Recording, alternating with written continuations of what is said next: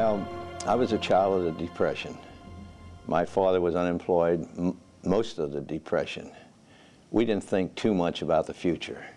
We were just a family of trying to get along day to day.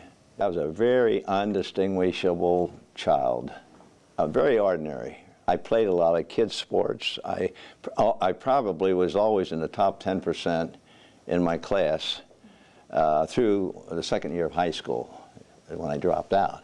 I really can't find anything there that would lead to later things that happened to me. Later on, I finally figured out that there's three things that it requires to be an entrepreneur.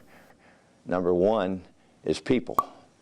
And people can be yourself, or 3 people, or 10 people, or 100 people. But people's a very basic thing, and lots of times people are willing to offer help. I call that networking, you know, just anybody that you think can help you, you know, and I did a lot of that and still do. I still talk to a lot of people about different things. The second part of it is money. You need financing. You need enough financing to support your endeavors. You just need to use every resource possible to you. Sometimes it costs you $1, sometimes it doesn't. The third part of it is products. And if you think about it, the very basic things about business all come down to those simple things. In the case of Comair, that's what it was. It's not that difficult. It may sound difficult as I go through 50 years of experience, but these things come one at a time. And if you're prepared a little bit, you know, you make some mistakes, but more often than not, you'll succeed with them.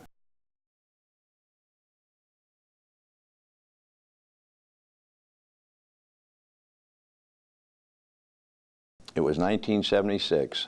My son had just been married, and he came visiting us, and he would always talk about deregulation occurring. And I paid no attention to him for months. You know, I thought, you know, it's something that's kind of nebulous. But he was very persistent. And so I started listening. So, oh, okay, if you want to do this, I'll help you. So he and a couple of colleagues put together some kind of a plan, just a basic business plan. I looked over it and thought about it, and so we started a company. What happened is he and his 2 friends supplied the operational responsibilities. I took care of the administrative functions. And so my input to Comair was a second level.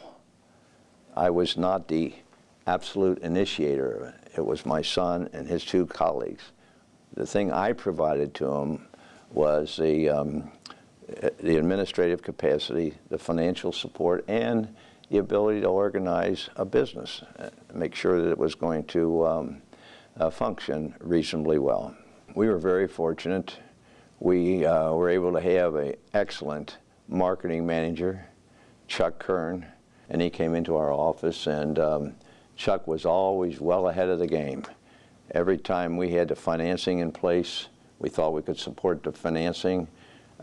We could get an aircraft, Chuck could have a spot for it. And we never really had a finite target, as far as I know, until the time we sold the company.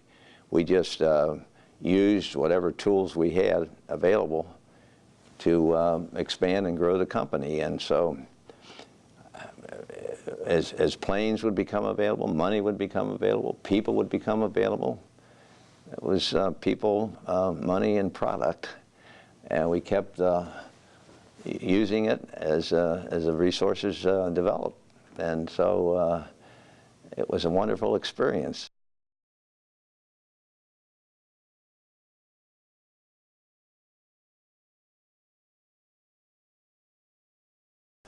What you got to do is have a little fun while you're doing all this, and enjoy yourself. And if you let the intensity of the business and the stress of the business bother you too much, that's not good. So You just simply have to take time for relaxation emotionally, mentally, physically. Just say, hey, walk away. I need 3 days. You know, we need 3 days if you take your wife or your family with you. And just, the store will be open Monday. This is the embodiment of entrepreneurism. What I'm going to say, my deepest feeling about entrepreneurism, okay? Freedom. Freedom is a tremendously important thing as an entrepreneur. Act on your own initiative. You provide the initiative.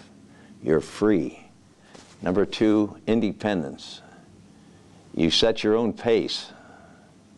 You determine at what rate you want to do things.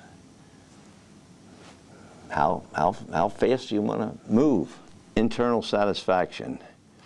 An inner glow, knowing that you've contributed to the welfare and the well-being of your family, your employees, and the community. Internal satisfaction. You don't talk about it, it just feels good. Financial goals, a result of your desires and your commitments. How strong of a commitment do you want to make? How much of a desire do you have to reach a financial plateau?